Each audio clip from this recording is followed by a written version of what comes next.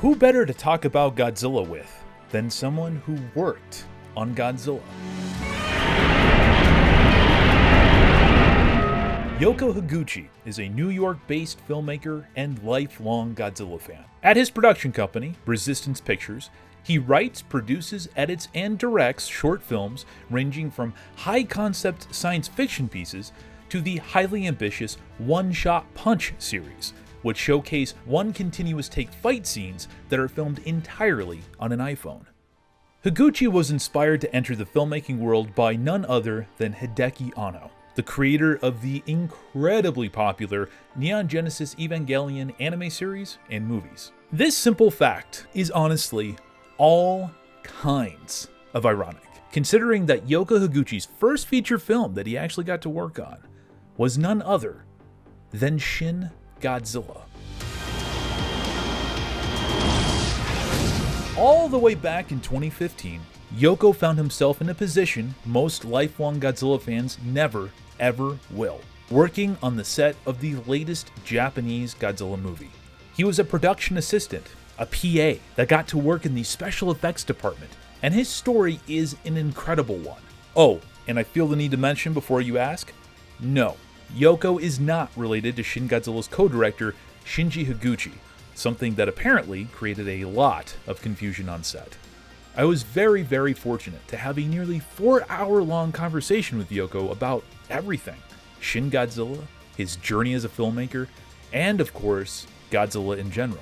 And while we are definitely covering his Shin Godzilla story in future episodes, I thought it most timely to tackle the hulking Hollywood beast in the room, Godzilla, King of the Monsters. You know, I'm sure you guys are just as pumped as King of the Monsters as I am, because that shit looks incredible. Like, I'm quaking at the thought of like being at the theater and watching that movie. Like, I don't know what I think. Like, this is close to Shin Godzilla hype. I watched those first 2 trailers and I cried. Did you really? Yeah, because I've always thought, like, I've always wanted to see specifically King Ghidorah in a big, like, Hollywood budget film. Besides Godzilla, he's my favorite monster of all time. Something you should know. Yoko does not just like King Ghidorah because of the fact that a 3-headed, golden-scaled, double-tailed space dragon is really, really cool. It actually runs much, much more deeper than that. See, the Tri-Noggin Planet Eater played a pivotal role in creating Yoko's lifelong Godzilla obsession. In my father's hometown, and I was with my grandmother. I was walking around. I must have been like 2, maybe. And there was a toy of the King Ghidorah in Mothra 3, the big one, the big toy. Yeah, Grand Ghidorah. Yeah. I still have this toy today. And apparently, for what I was told, I was just like stunned by it. I didn't move. I just stood there and saw this toy and like was in awe of it. And then my grandmother turned to my father and said, like, "Oh, well, we have to buy this now. Like, he's not gonna move unless we buy this thing for him." And then my dad was like, "Might as well show him the movie that the monster was in." So he showed me Gojira, and that's the first movie that I've ever seen in the series. Spoiler alert, even though it's like an old movie. Gojira loses to Godzilla, Mothra, and Rodan, and I guess at that point my allegiances turned.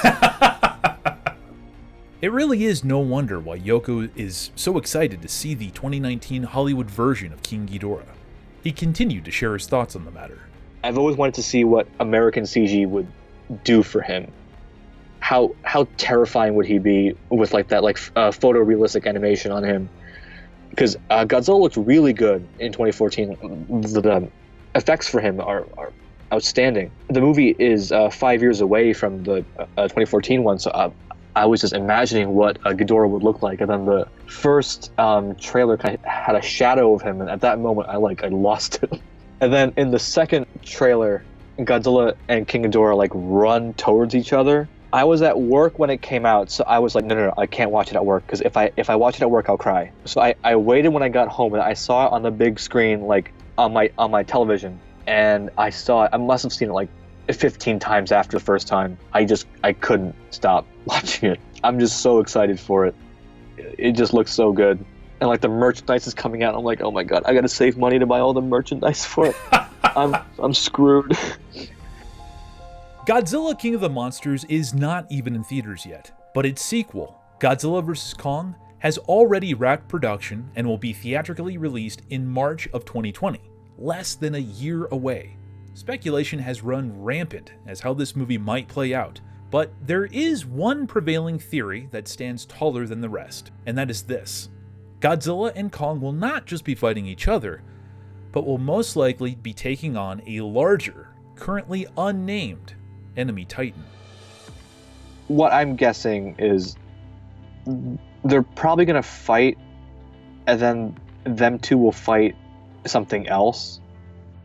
Realistically, I think Godzilla will win that, like, of course, because he's, of course Kong is, like, agile and smart. Godzilla is a radioactive being who's been here for, like, millions of years and has survived the atom bomb, so I'm sure he's fine in the surviving thing, but I can't see an entire movie that's stretched out about them fighting in an American film.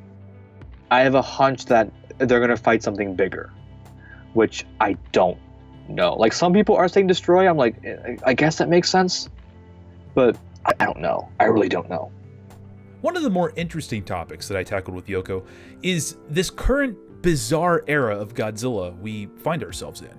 American live-action films, Japanese live-action films, Japanese anime movies. This is not anything like the Showa, Heisei, or even Millennium movie eras. No, this new Daiwa era is unprecedented territory for the franchise, and it will probably only get stranger still as we march towards the future.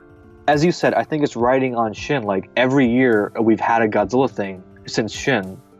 It feels so good to see Godzilla kind of back in full force a bit. Like, after Shin, it was Planet Eater, and then Planet of the Monsters, and then the other two afterwards, and then it's now King of the Monsters, and then next year it's Kong. So it's just like, oh my god, like I'm living at the right time right now. Isn't it just such a wild time? I didn't think this would happen, to be honest.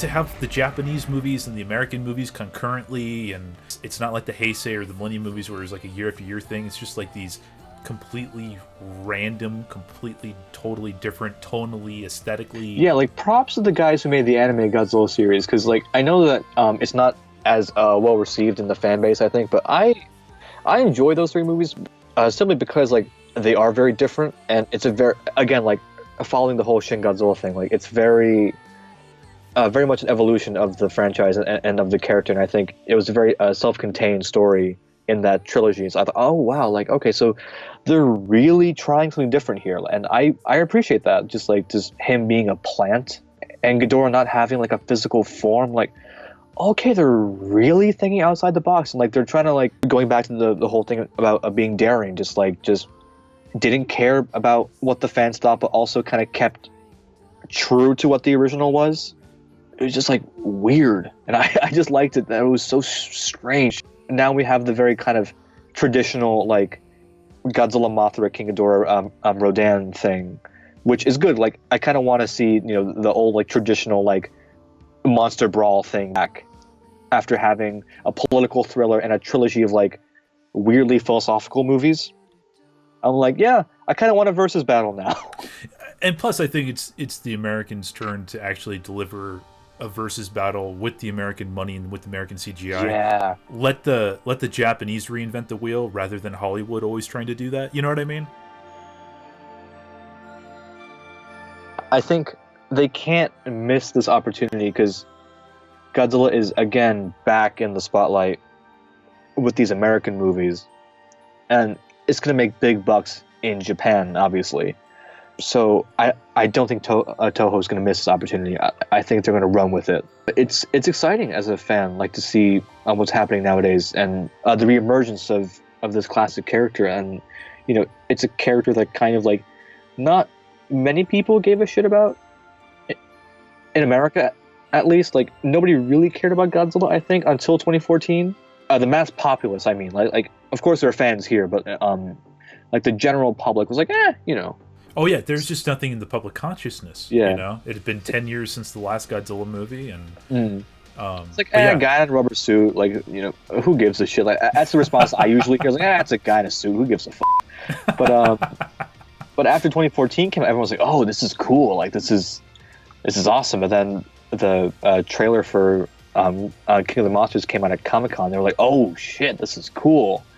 But now I'm happy to see that more and more people are kind of like opening up to like what Godzilla is and what he means, and, you know, are pumped to see the third movie, because I saw a lot of top rankings of films for this year, and a lot of people voted King of the Monsters actually above other movies. I'm like, oh wow, really?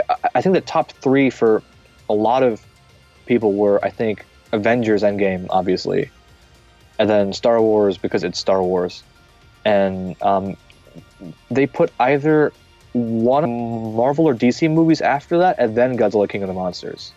So I was like, okay, wow, so a good chunk of people are hyped for this. I would like to give a King Ghidorah-sized thank you to Yoko Higuchi, who graciously gave his time for this very extensive interview. He will be back to share his stories of Shin Godzilla and film production, but in the meantime, you can follow him on Twitter at Resistance0101 and watch and support his work over at Resistance Pictures on YouTube. I would also really like to thank Ben Chaffins for setting up this interview, and to all of you who watched this video in its entirety. If you want more kaiju and tokusatsu goodness, then for Godzilla's sake, please subscribe to Monstrosities Tokusatsu Vlog right here on YouTube, and follow us on Twitter, Facebook, and Instagram.